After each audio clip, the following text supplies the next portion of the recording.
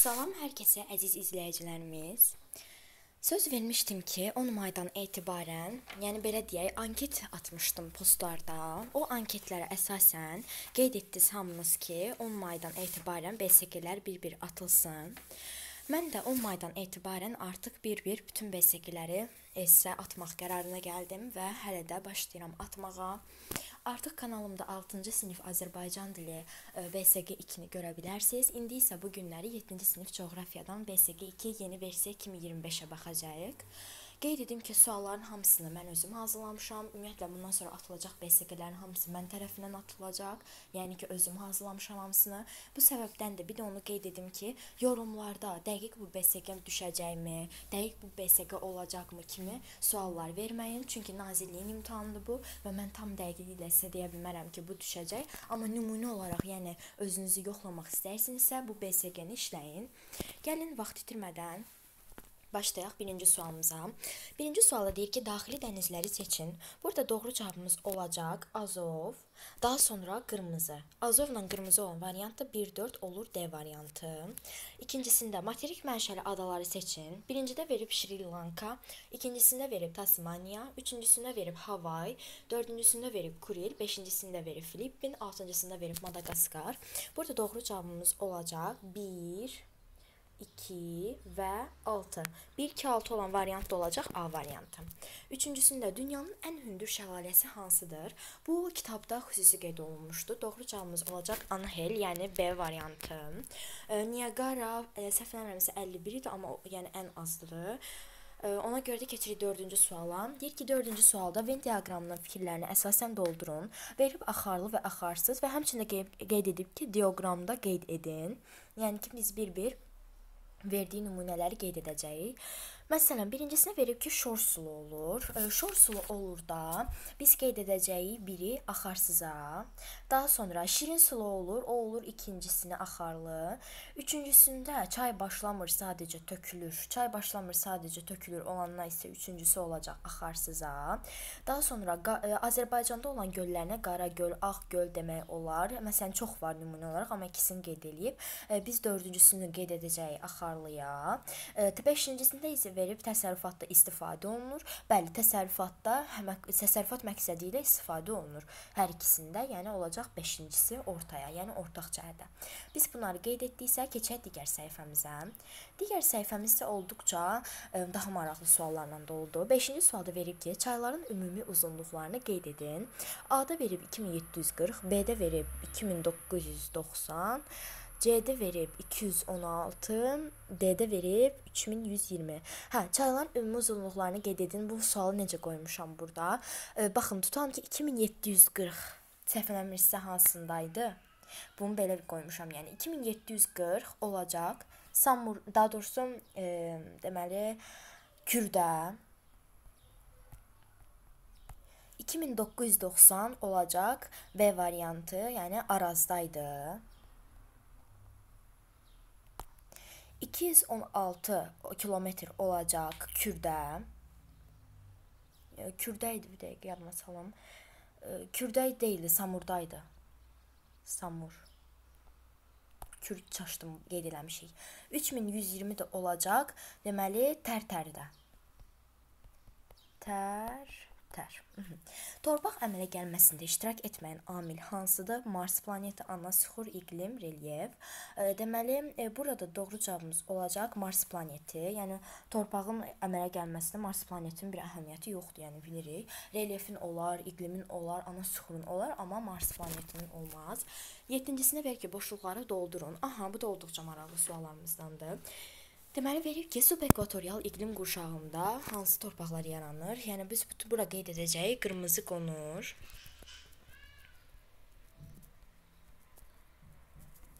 Ot bitkilərinin daha çox inkişaf etdiyi mülayim iqlim qurşağının çöllərində hansılar əmələ gəlir? Deməli, burada olacaq doğru cavabımız qara. Şimalda soyuq ərazilərdə torpaq səciyyəvidir də olacaq, tundra qleyli. Day bunu qeyd eləmirəm, yəni siz yadda saxlayın ki, burada tundra qleylidir. Yenə təkrar edirəm, tundra qleyli. 8-ci səhifədə verib ki, cədvəl tamamla doğru hissələrə tik qoy, yəni quş qoy mənasında. Deməli, ölkə verib, Koreya, Misir, Kuba, Fransa. Biz bunları Şərqi Asiya, Afrika, Latin Amerika, Qərbi Avropa olduqlarını bir-bir qeyd eləyəcəyik. Koreya Şərqi Asiyada olacaq, Afrika Misirdə olacaq, Kuba Latin Amerikasında, Fransa isə Qərbi Avropada olacaq. Baxın, özdə təsadüfən bu istiqamətdə qeyd eləmişəm. Daha sonra 9-cu suala baxaq. Ayan, bir saniyə. Niyə belə oldu? Deməli, 9-cu sualda isə verir ki, təbii resurslara aid olanları seçin. Təbii resurslara aid olanları qeyd edəcək biz hansıları? Birincisini, baxın, bir dəqiqə. Baxın, ipucu kimi hətta burada qoyulub. Baxın, neçə dənə boşluq var? 1, 2, 3. Deməli, biz neçə fikir götürəcəyik? 3. Deməli, gəlin elə götürək. Birincisi olacaq su, daha sonra olacaq qazıntılar, sonra isə olacaq torpaq və meşə. Yəni 5, yəni 1, 4, 5. 145 mənasında götürün. Deməli, bu oldu bizim ikinci səhifəmiz. Gəldik son səhifəmizə. Bu da olduqca asan səhifələrdən idi. Deyir ki, sxemdəki əlaqəni fikirlərə əsasən qurun. Verib MDB, İƏT, OPEC və Guam. Birinci fikir olaraq verib ki, müstəqil dövlət birliyi. Müstəqil dövlət birliyi olacaq, baxın, adındakı kimi. Bunu çox asan qoymuşam, baxın. Deməli, baxın, MDB. İkincisində, ikinci fikirdə İslam əməkdaşlığı. Baxın, əməkdaşlığı. T da heç də, yəni İslam əməkdaşlığı, yəni götürürük ikiyə. Daha sonra, üçüncü fikirdə neft ixrac edən ölkələr birliyi. Deməli, üçüncü fikrimiz olacaq OPEC-ə. Deməli, dördüncü fikrimizdə verib iqtisadi əməkdaşlıq. İqtisadi əməkdaşlıq da olacaq Guam-a. Yəni ki, getdi bu şəkildə. Yəni, daha asan versiyada qoymuşam. Təbii ki, BSQ-də daha bunun kimi suallar düşəcək düzdür material olaraq. Amma ola bilər ki, biraz daha çaşdırıcı suallar qoysun. Yəni, qeyd etdiyim kimi bu nümunədir. 11-ci sualda isə verir ki, münbitliyi az olan su və havanın pis daha doğrusu keçirdən torpaq hansıdır? Biz deməli bu torpağa biz deyəcəyik tozvari, yəni gilli götürək. Gilli. Strukturludur, yoxsa struktursuz? Burada doğru cavabımız olacaq strukturlu. Yəni bura qeyd eləyərsək artıq. 12-ci məsələmiz olacaq. Deməli 12-ci misalda məsələ verib. Verib ki, əhalisi 17 milyon olan ölkənin ərazisi 90 min olarsa sıxlığı tap. Yenə təkrar edirəm, 17 milyon verib əhalisini, gəlin elə qeyd edək, əhalisi 17 milyon. Çünki bunlar lazım olacaq. Deməli, ərazisi olacaq 90 min. Deməli, daha sonra sıxlığını bizdən soruşur ki, sıxlığı nədir? Biz də bilirik ki, bizim sıxlığı tapmaq üçün xüsusi bir düsturumuz var. Yəni ki, biz burada əhalinin sayını ərazinin sayına böləcəyik və daha sonra cavabı alacaq. Biz də burada sıxlıq bərabərdir. Bu 17 milyonu böləcəyik 90 minə. Deməli, mən bunu lövhəni silirəm. Burada 90 minə də böləndə qalır, deməli, bir saniyə. Qalır 188 nəfər.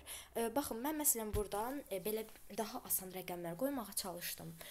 Deməli, BSQ-də sizə daha belə sadə ədədlər qoya bilər. Nəyə görə? Çünki bizim yanımızda, məsələn, indi mən bunu kalkulatorla hesablamışam da, bir də 17 milyonu çubuqlu bölməklə bölməkdənsə, artıq qısa və konkret minə bölməkdənsə, qısa konkret kalkulatorla bölmüşəm. Amma imtahanda isə kalkulatoru istifadə etməyə qoymayacaqlar və bu səbəbdən də siz gərək ki, burada daha asan qoysunlar ki, siz rahat böləsiniz. Yəni ki, bu məsələ sizin gözünüzü qorxutmasın. Beləliklə, bugünkü testlərimizin, daha doğrusu BSQ-mizin sonuna gəldik. Kanala abunə olub, digər BSQ-lərdən xəbərdar olmağı unutmayın. Həmçinin onu qeyd edim ki, bütün siniflərdən tam qoya bilməyəcəm. Çünki bunu hazırlamağın özünə cəmi 4 saata yaxın vaxtım gedir. Yəni, hər səhifəni hazırlamağa bir-bir yazıram deyə. Amma digər BSQ-lər də çalışacağım ki, hər birini kanalımda çəkim. Sağ olun, salamat qalın.